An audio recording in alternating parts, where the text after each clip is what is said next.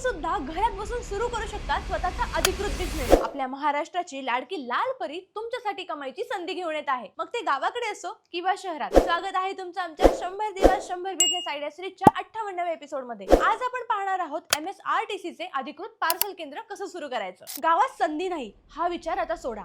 महाराष्ट्राच्या कानाकोपऱ्यात पोहोचणारं एसटीचं जाळं तर तुमच्या बिझनेसचं साधन बनेल। एसटी महामंडळाने नवीन वर्षात सर्वसामान्यांसाठी पार्सल एजन्सीची दारे उघडली आहेत। तुम्ही तुमच्या दुकानातून, ऑफिसमधून किंवा घरातूनही हे काम सुरू करू शकता। तुमचं काम असेल गावातील पार्सल शहरात आणि शहरातील पार्सल गावामध्ये पाठवायचं।